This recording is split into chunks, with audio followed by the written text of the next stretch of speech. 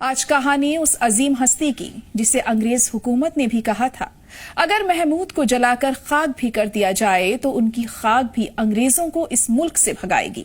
یہ کہانی ہے شیخ الہند مولانا محمود حسن کی۔ 1851 میں بریلی میں پیدا ہوئے محمود حسن دارالعلوم دیوبند کے سب سے پہلے طالب علم تھے۔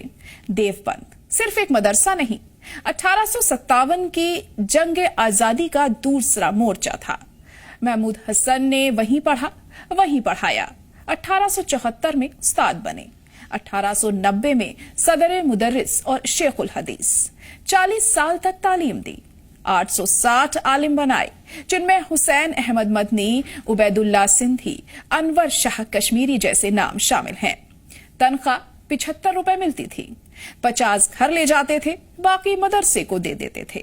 لیکن ان کا اصل مقصد تھا ملک کو غلامی کی زنجیر سے آزاد کرانا۔ 1905 سے مولانا نے کھل کر سیاسی میدان میں قدم رکھا۔ انہوں نے دیکھا کہ انگریزوں نے پھوٹ ڈالو اور راج کرو کو ہتھیار بنا لیا ہے، تو انہوں نے اس کا توڑ نکالا، ہندو مسلم اتحاد۔ اسی کے لیے 1878 میں ثمرۃ التربیت نام سے ایک خفیہ تنظیم بنائی، جسے 1909 میں جمعیت الانصار کے نام سے دوبارہ زندہ کیا گیا۔ مقصد ایک ہی تھا، نوجوانوں کو وقت آنے پر جہاد آزادی کے لیے تیار کرنا۔ جب سرکار کی نظر دیوبند پر پڑی تو 1913 میں دلی میں نظارت المعارف کے نام سے دوسرا مرکز بنایا۔ دیکھنے میں مدرسہ، حقیقت میں انقلابیوں کا اڈا تھا۔ اسی دوران انہوں نے اپنے بھروسے مند ساتھی مولانا عبید اللہ سندھی کو کابل بھیجا۔ مولانا منصور انصاری کو سرحدی علاقے یگستان بھیجا گیا۔ وہاں جنود ربانیہ یعنی اللہ کی فوج تیار ہو رہی تھی۔ ادھر ترکی، جرمنی، روس، جاپان تک ان کے قاصد جا رہے تھے تاکہ باہر سے ہتھیار اور سپاہی کی مدد مل سکے۔ پہلی جنگ عظیم شروع ہوئی تو مولانا کو لگا یہی موقع ہے۔ 1915 میں وہ حجاز گئے۔ مکہ میں اس وقت کے ترک گورنر غالب پاشا سے ملے اور غالب نامہ حاصل کیا، جس میں ہندوستان کی آزادی کی جنگ کو جہاد قرار دے کر مدد کا وعدہ کیا گیا تھا۔ کابل میں جو حکومت جلا وطن بنی، راجہ مہندر پرتاپ راشٹرپتی، مولانا برکت اللہ وزیر اعظم اور مولانا سندھی وزیر داخلہ، وہ اسی پلان کا حصہ تھی۔ اس پوری تحریک کا نقشہ ریشم کے رومالوں پر لکھ کر کابل سے مکہ بھیجا جا رہا تھا۔ 9 جولائی 1916 کو انگریزوں کی خفیہ پولیس نے وہ خط پکڑ لیا۔ یہیں سے وہ تحریک اتہاس میں ریشمی رومال تحریک کے نام سے مشہور ہوئی۔ نتیجہ یہ نکلا کہ ہندوستان میں 222 بڑے علماء اور سیاسی رہنما کو گرفتار کیا گیا۔ ان سے کہا گیا کہ ترکوں کو کافر کہنے والے فتوے پر دستخط کرو۔ مولانا نے صاف انکار کر دیا۔ پہلے قاہرہ، پھر 15 فروری 1917 کو مالٹا کی جیل، 3.5 سال تک سخت قید۔